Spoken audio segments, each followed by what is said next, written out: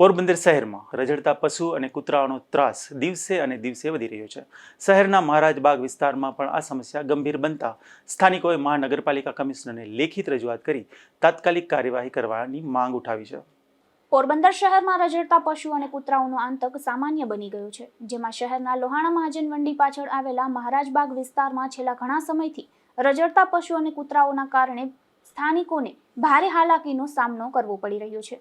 સ્થાનિકોના જણાવ્યા મુજબ વિસ્તારમાં મોટી સંખ્યામાં રખડતા પશુઓ અને કૂતરાઓ રસ્તાઓ પર અડીંગો જમાવી બેઠા રહે છે, જેને કારણે વાહન ચાલકો, વૃદ્ધો અને બાળકો માટે અકસ્માતનો ભય સતત રહે છે. આ ઉપરાંત કૂતરાઓના હુમલાનો પણ ભય રહેતા રહેવાસીઓમાં ચિંતા વ્યાપી છે.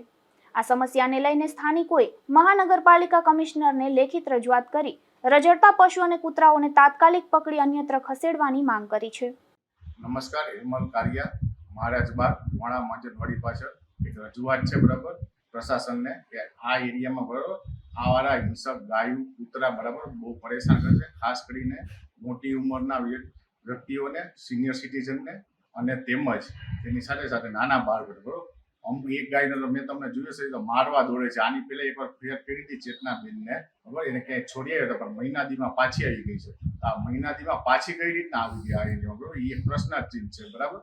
એટલે આ લોકોને વહેલી તકે અહીંથી બરાબર દૂર કરો કે એક કામ કરો, અમે બધા રહીશો બરાબર માણસો આ સોસાયટી છોડીને વયા જાય અને ઢોરને રાખવા સોસાયટીમાં. તમને ઢોર બહુ જો વાલા હોય બરાબર, અમારો જીવ વાલો ન હોય અને ઢોરનો જીવ વાલો હોય પશુઓનો બરાબર બહુ, તો પશુઓને રાખો ને અમે વયા જાય બીજે કે પાંચા બરાબર. એવું થાય આજે પ્રશાસન ખાસ મારી છે કે આને પહેલામાંથી વહેલી તકે આવારા કૂતરા ને માળા સાંઢ આ બધા જે હિંસક હુમલો કરે છે આપણી ઉપર એને દૂર કરો, વિલામ વહેલી જગ્યાએ દૂરમાંથી દૂર મોકલો, બસ વસ્તુ.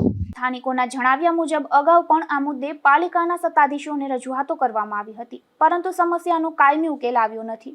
હવે મહાનગરપાલિકા દ્વારા શું પગલાં લેવામાં આવે છે તેના પર વિસ્તારના રહેવાસીઓની નજર મંડાઈ છે. નિપુલ પોપટ સાથે અશોક થાનકી, ગુજરાત ન્યૂઝ, પોરબંદર.